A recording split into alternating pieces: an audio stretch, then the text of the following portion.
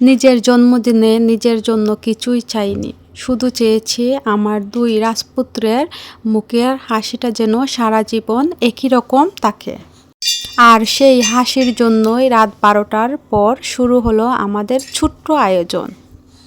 জন্মদিন মানেই নিজের জন্য বড় কোনো আয়োজন নয়, কখনো কখনো প্রিয় মানুষগুলোর মুখের একটু হাসি হয়ে ওঠে জীবনের সবচেয়ে সুন্দর উপহার। আজকের দিনটা আমার কাছে একটু অন্যরকম, কারণ আজ আমার জন্মদিন।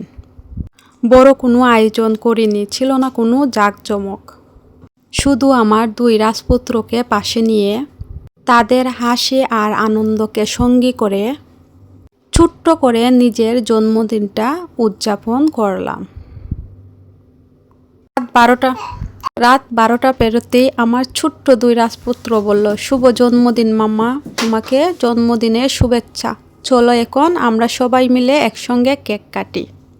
একজন মা হিসাবে তখন মনে হচ্ছিল আমার জন্মদিনের সৌন্দর্য হয়তো কেক, বেলুন কিংবা সাজসজ্জায় নয়, আমার দুই রাজপুত্রের হাসির মধ্যেই লুকিয়ে আছে।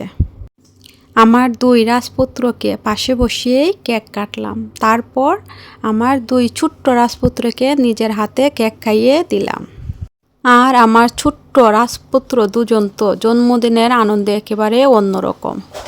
হয়তো আজকের দিনটা আমার জন্য একটা জন্মদিন, কিন্তু আমার ছোট্ট দুই রাজপুত্রের কাছে এটা যেন একটা বড় উৎসব।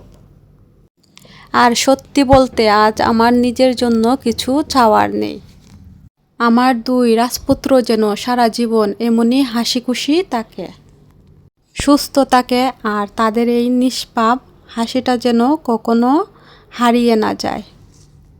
আমার ছোট্ট রাজপুত্র একা একা কেক কাটছে আর বলছে, মাম্মা আমার জন্মদিন কবে হবে? তখন বলছি, আজ তোমারও জন্মদিন। তাকে জন্মদিনের শুভেচ্ছা জানালাম। সবাই বলবেন আমার ভিডিওটি কেমন হলো, ভালো লাগলে লাইক, কমেন্ট, শেয়ার করবেন।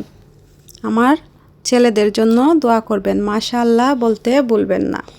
আজকের এই ছোট্ট আয়োজনটা আসলে আমার জন্য নয়, এটা আমার ছোট্ট দুই রাজপুত্রের জন্য, এটা তাদের হাসির জন্য, তাদের আনন্দের জন্য, তাদের খুশির জন্য এই ছোট্ট আয়োজনটা। জীবনের ব্যস্ততার মাঝেও এমন ছোট ছোট মুহূর্তগুলো সবচেয়ে বড় স্মৃতি হয়ে থাকে। আল্লাহ হাফেজ।